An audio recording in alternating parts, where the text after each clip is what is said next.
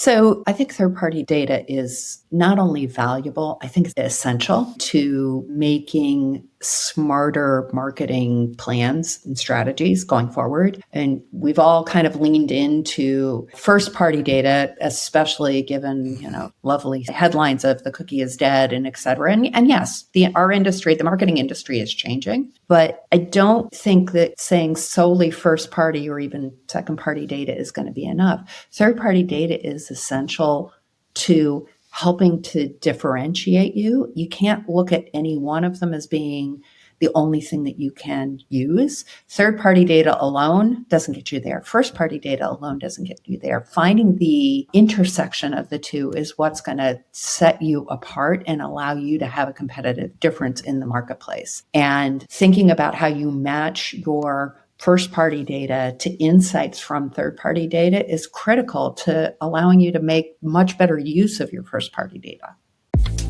Welcome to the Marketing Report, a podcast created for and by marketing professionals who seek to better understand their consumers and design unique, personalized experiences that stand out in today's market.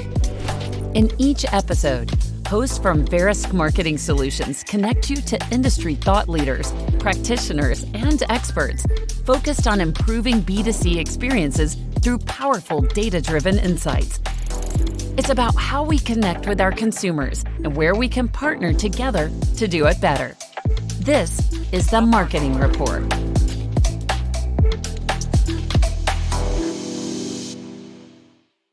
Hello and welcome to the Marketing Report. I'm Tim Finnegan, the host, and I lead product marketing at Verisk Marketing Solutions, which is a business unit of Verisk, and we specialize in consumer insights. And what we do on this podcast is we bring in subject matter experts, thought leaders, leaders in their industry, their experience, their job. And I've got a great guest today. I've got Lisa Jillson, who currently leads marketing medium publishers at Arity. And Arity is such a cool company. They're actually a startup in the insurtech and ad tech area. Just some great experience that Lisa has, not only in lead development, product marketing, and demand gen, all things marketing. She was also at Allstate for a little while and started her career in the ad agency world. Lisa, welcome to the Marketing Report podcast. Thanks, Tim. I kind of get a little embarrassed. That was a little rosy. I'll pay you under the table afterwards, but I really appreciate the invite to come on board and talk a little bit about marketing. It's been my whole career. You sounded surprised, but you emailed me you said, make sure you focus on, I'm kidding, no. So Lisa, just so everyone can appreciate sort of what you do and your career path, can you touch on not only what you're currently doing at Arity, but sort of like how you got there? Sure. Like you mentioned at the top of the podcast, I actually started my career in the ad agency biz a long time ago. I would say even before the internet. That'll probably age me a little bit, but at one of those big holding company ad agencies, Leo Burnett. It was a fantastic learning ground for me. It was a really terrific way to get really acclimated with all different kinds of marketing of consumer packaged goods, marketing of services, marketing of restaurants. It gave me a really good grounding in the space, but marketing was simpler then. It was the 30-second television ad and, maybe some ads in magazines and newspapers and radio. The most complex part of marketing at the time was trying to navigate the changeover from, 4 network stations to a whole host of cable stations. And that was the most complexity you got. I spent a number of years doing that, but God, marketing changed really rapidly from the time I joined, as a young pup coming straight out of school. Pretty radically changed as I moved through, I guess about my first, dozen or so years was in the ad agency biz. And then I found myself on the side of the marketer. I kind of switched over to the dark side and became, a part of a marketing team actually at Allstate. And it was different. At that point, things were really changing really rapidly. Obviously, at that point, digital marketing was really kind of starting to come into its own.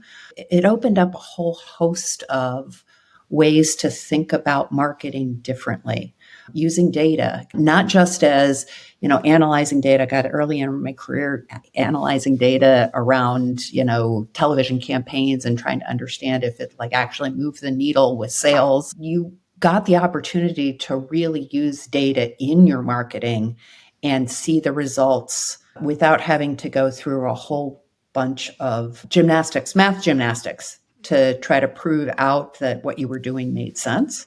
Spent a number of years in kind of on the corporate marketing side, doing everything from advocacy to digital marketing to dabbled in a little bit of user experience, and ultimately landed at this terrific startup that we started about 7 years ago called Arity.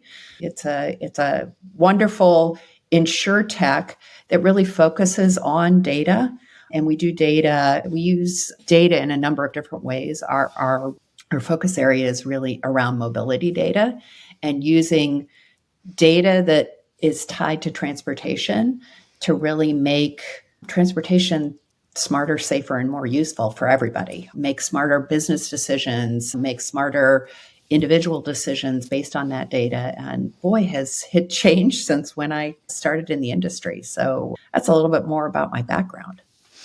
So Lisa, when you think about internet coming and digital changes and there was sort of the old school way of thinking and new thinking, like what are some things that you did to really jump into technology? I know you've got a little bit of a love of it. If you weren't a marketer, you'd be in technology somewhere. But what are some things that you did in your career like to propel you forward? I never thought about marketing as being only one thing. I always had the desire to think about how to look at marketing, look at communication through the lens of how can it be used to help get messages out across any way that you get messages out. I mean, kind of the real old school is one-to-one messaging.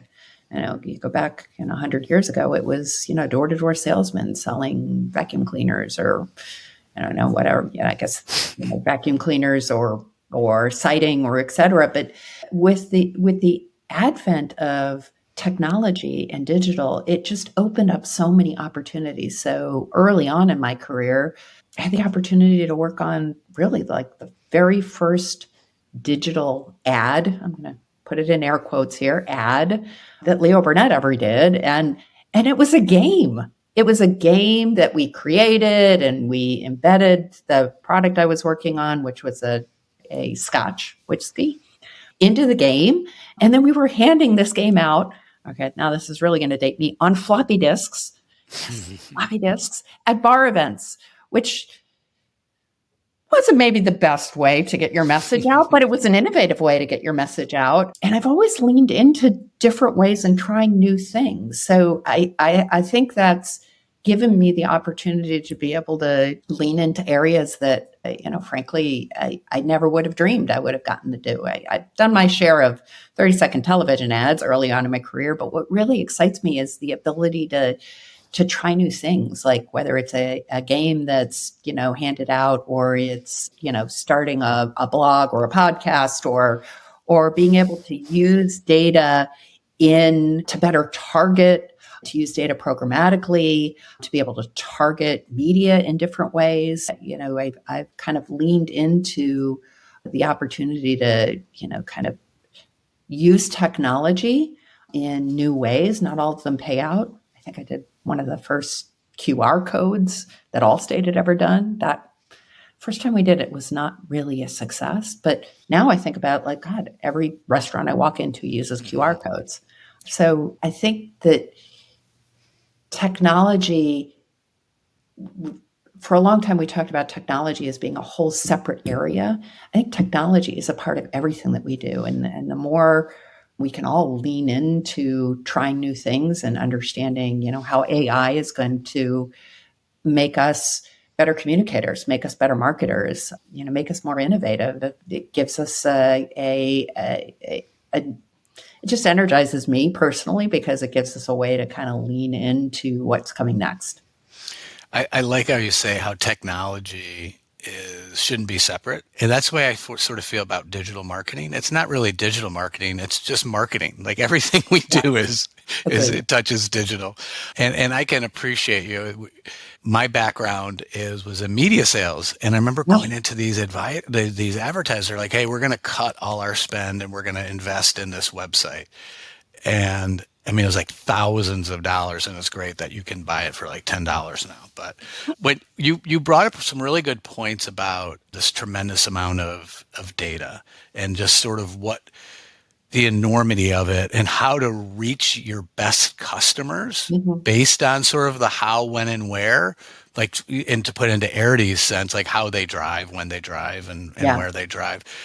How do you distill all this data that's available to make better decisions? I mean, you can even do example of Arity or just, in your experience with this tremendous amount of data, how do we get the usable parts of it? Oh, that's the $1 million question. And there are lots of different companies that are diving into this. I mean, for Arity, because this is my opportunity area here. For Arity, it's really about working with the data that's already there, partnering with mobile apps to actually provide a service. I'll talk about one of our partners is Life360, and we power Life360's collision detection and their driving insights. And people download that app specifically for those services, and we partner with Life360 to help them deliver that to their end users. And that data is really powerful to those users, and it allows us to actually serve those users really smart messages within the app that they're based on their driving, that they may have offers they'd never thought of, that they may have insurance opportunities that they never thought of, because their driving actually predicates them to open up offers that they didn't think that they could necessarily get. So it's terrific that we can partner with different mobile apps like that and be able to give opportunities to their customers that weren't there before. But it requires us to have the capability to process like 1 trillion miles worth of data and match that and actually deliver insights about how people drive in ways that, frankly, other people just can't. So that's really our point of differentiation, is that, we can take those trillions of miles worth of data and we can create a better understanding of how people move.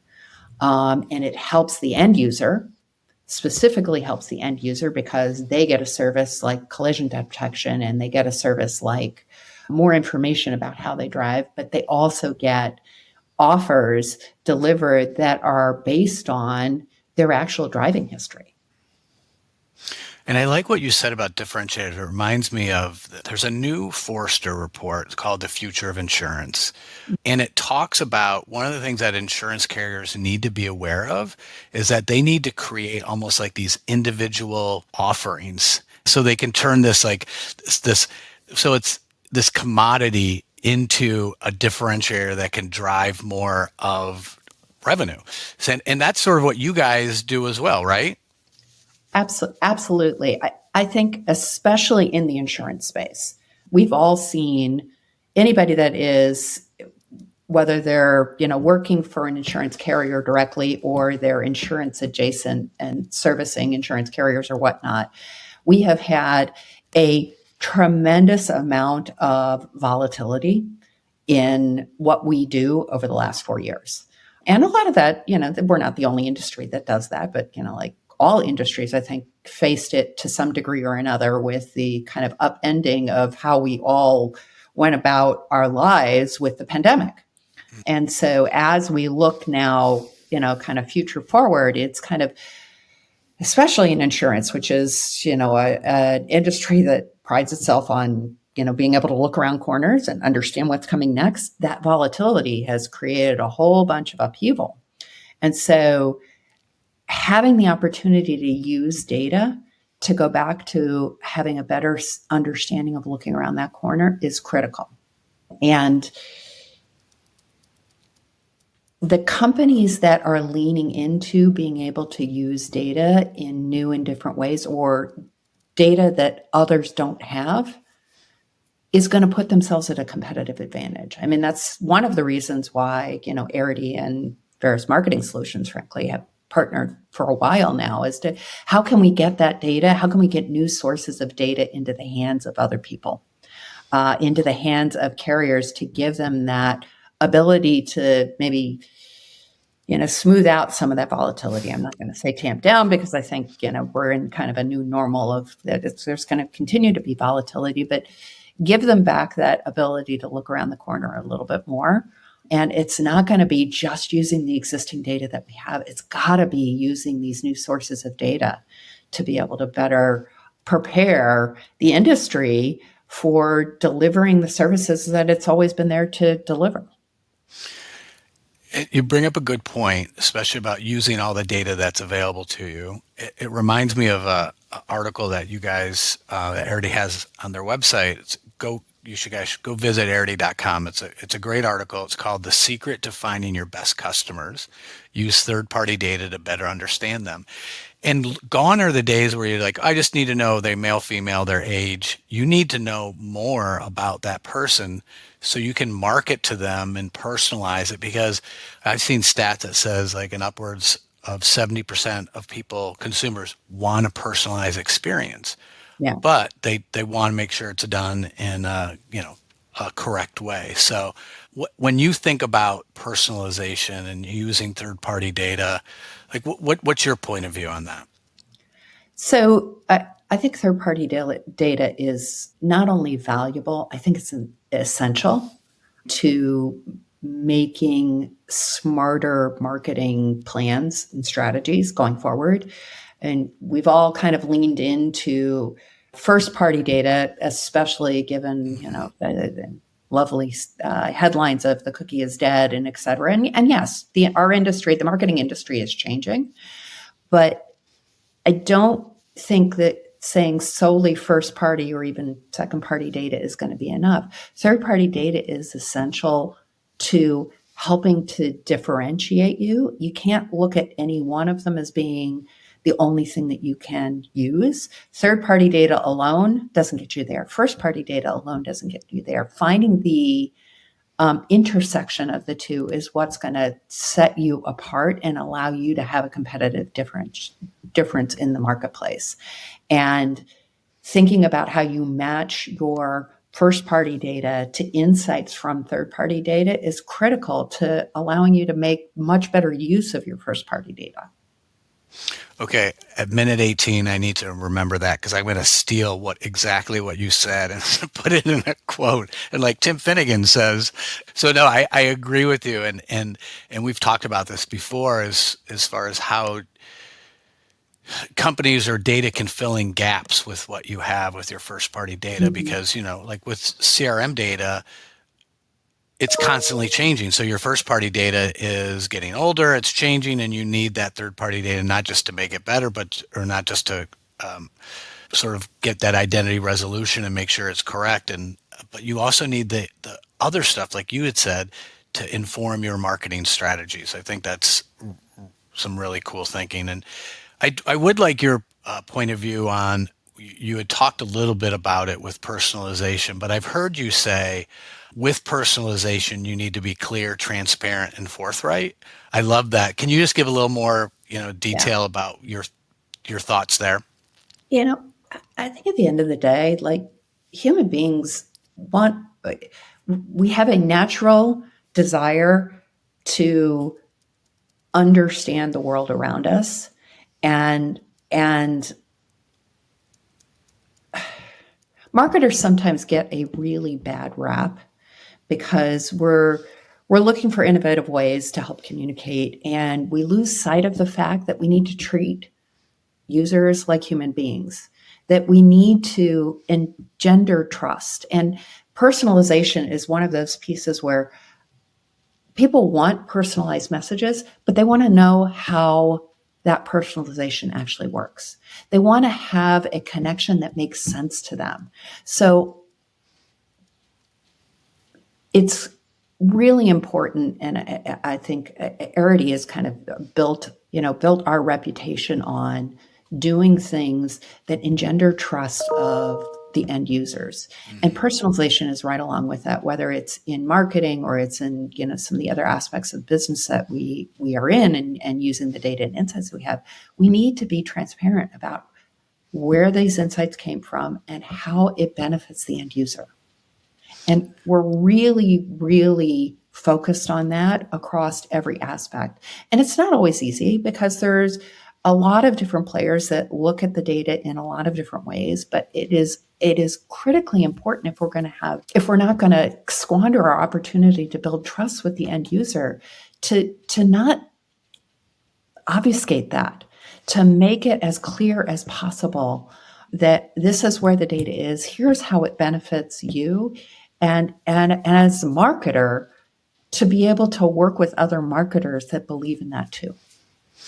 And I think you're right on, because all that, like that trust, builds loyalty, and that's what you want. It improves maybe your lifetime value of that customer. But it's if you're loyal, then you're going to refer. You can forgive that brand maybe for doing things, but if you trust them and you're loyal to them and the brand's transparent and forthright, it all makes sense. I once had a boss actually that talked to me about, we all have this piggy bank and we put coins in the piggy bank, and sometimes coins come out of the piggy bank. Like, you're building up your reputation, sometimes as reputation coins come out. We owe it as marketers to be able to overinvest in building that trust, because there are going to be things that happen that we may not have anticipated or might be out of our control because the situation or the industry changes. But the reality is base your work and your strategies on building that trust up front, because there will be times when something happens and a coin will come out of your piggy bank, but you're still going to have the base there. To your point of, a customer will forgive you for something that happens, but don't let it be that you're running out of coins in your piggy bank. Build up that trust. What you said reminds me of when you talk about marketing. I'm sure you get this. I'm sure the chief revenue officer comes to you as, okay, what is marketing giving us? But there's a lot of times when you're trying to build that trust and loyalty where you're improving the brand and it's not necessarily an ROI you can attach to it. What's some advice you can give to other marketers when powers that be come to you and say, hey, what are we getting from marketing? I'm pretty lucky that, at least in what I do, I built up the trust from a B2B standpoint. The piggy bank with the other people, with them. No, with our sales team. I mean, for as important it is as a B2B marketer to build our business, and I'm going to build that business.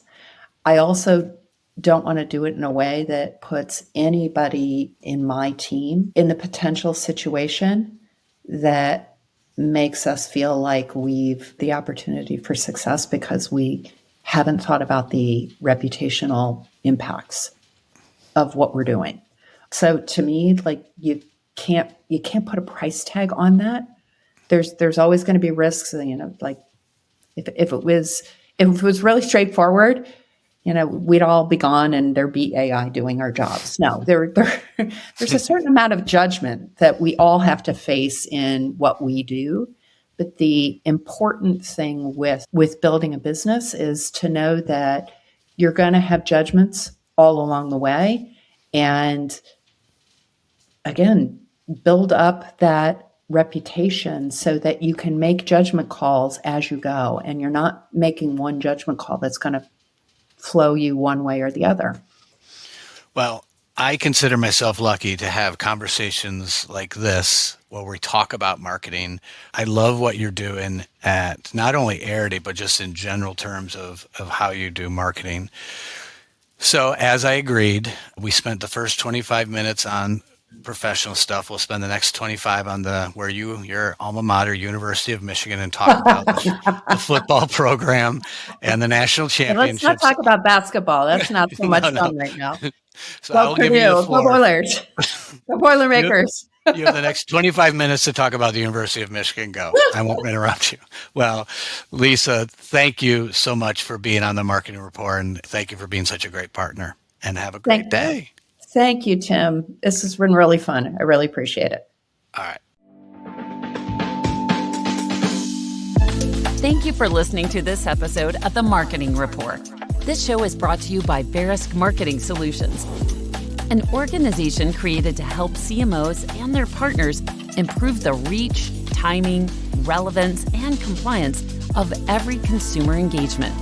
If you enjoyed this episode, make sure you subscribe to the Marketing Report wherever you get your podcasts, and check out the show notes for more information.